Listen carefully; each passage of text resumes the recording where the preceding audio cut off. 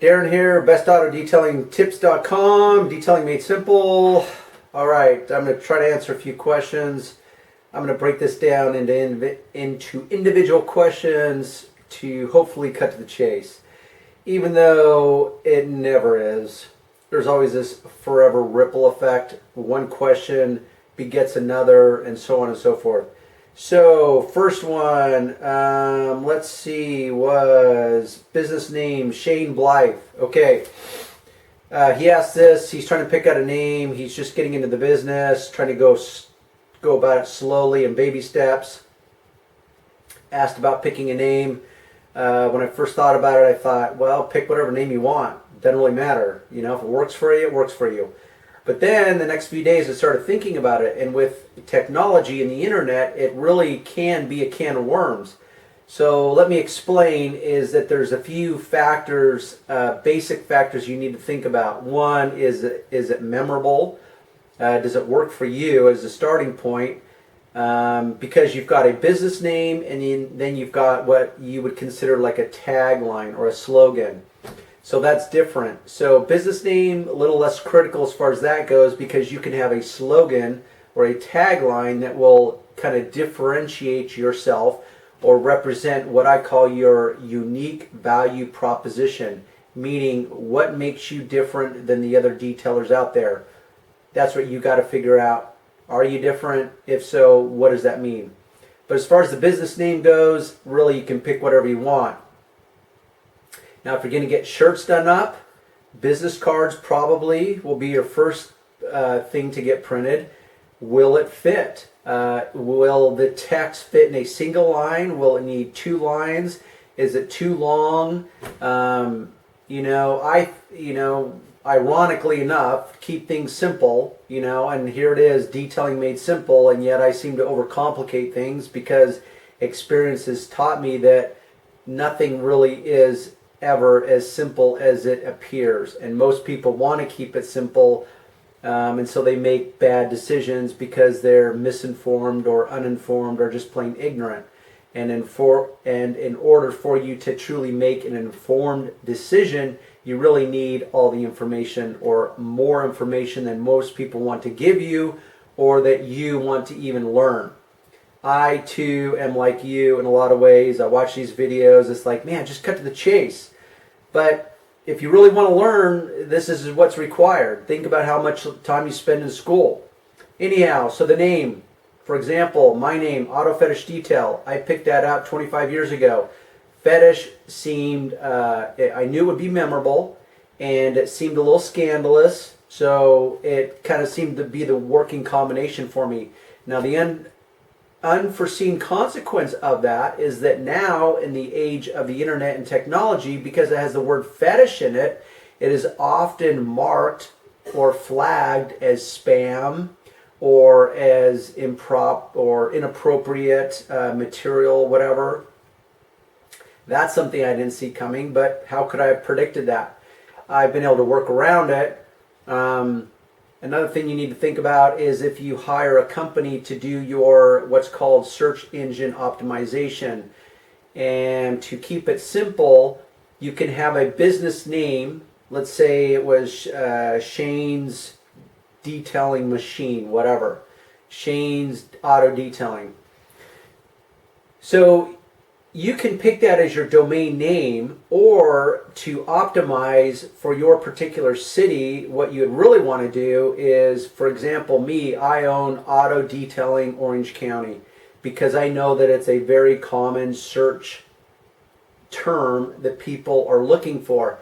They don't know the company they want to hire, they just know they need some auto detailing. So they're going to either look up Car Detailing Orange County, Auto Detailing Orange County Auto Detailing. But now, because of Google and the other search engines, they actually do it for you in that they will do a search for the local businesses.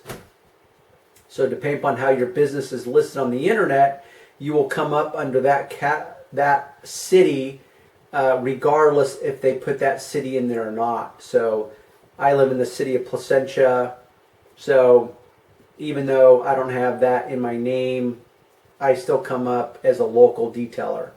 So that's something else to consider.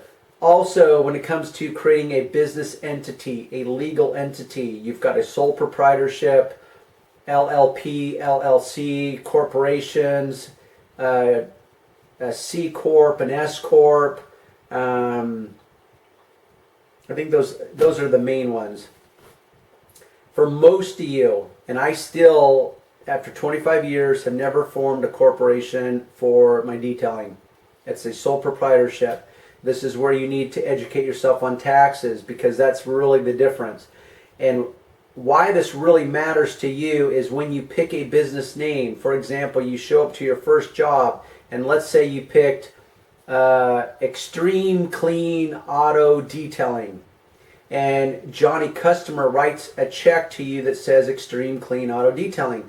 How are you going to cash that check? You can't take it to the bank because you don't have an account set up for that name. And you walk in there and it's like, well, yeah, but the check was made for me. It's going to be a rude awakening because you won't be able to cash a check. So the simplest route is to just keep it a sole proprietorship. You don't have to do anything. The only thing you really need to do is get what's called a fictitious business name. And I'm speaking from experience from California. Your laws will be different based on state by state, but I think this is a law that is central to every state and every city. So in order for you to cash a check in a name that's not your name, so if you want to keep it ultra simple, you would just pick Shane Blythe Detailing. So when the Johnny Customer writes Shane Blythe Detailing, you can go to the bank and cash the check because it's got your name in the business name. Most people do not want to do that. Maybe you'll say Shane's Detailing.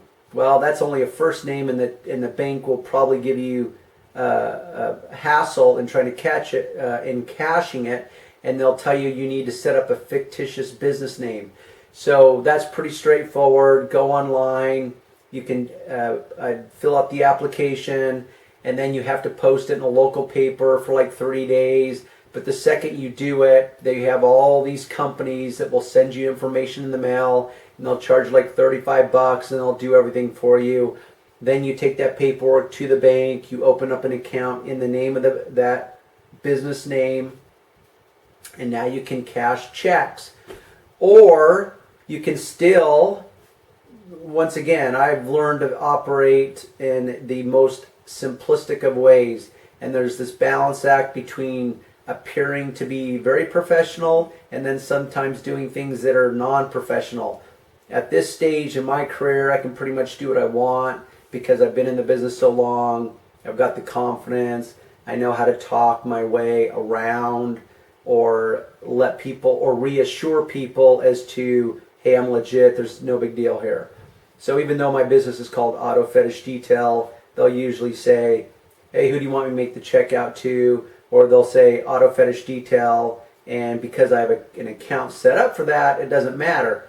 But back in the day, it was like, no, put my name on it. It's like, well, don't you have a business name? Generally, people aren't going to say that. But you'll probably want to do it. Makes it more convenient. You can still have checks written in your name if you want to, hide the cash. But it does make you look more professional. You'll need to get a fictitious business name. Just go online. It's easy to do. So that's something to think about in picking a name. Or if you do pick a name that doesn't include your first and last name, that's something, just an added variable that you'll need to deal with. Other than that, pick whatever works for you. Okay.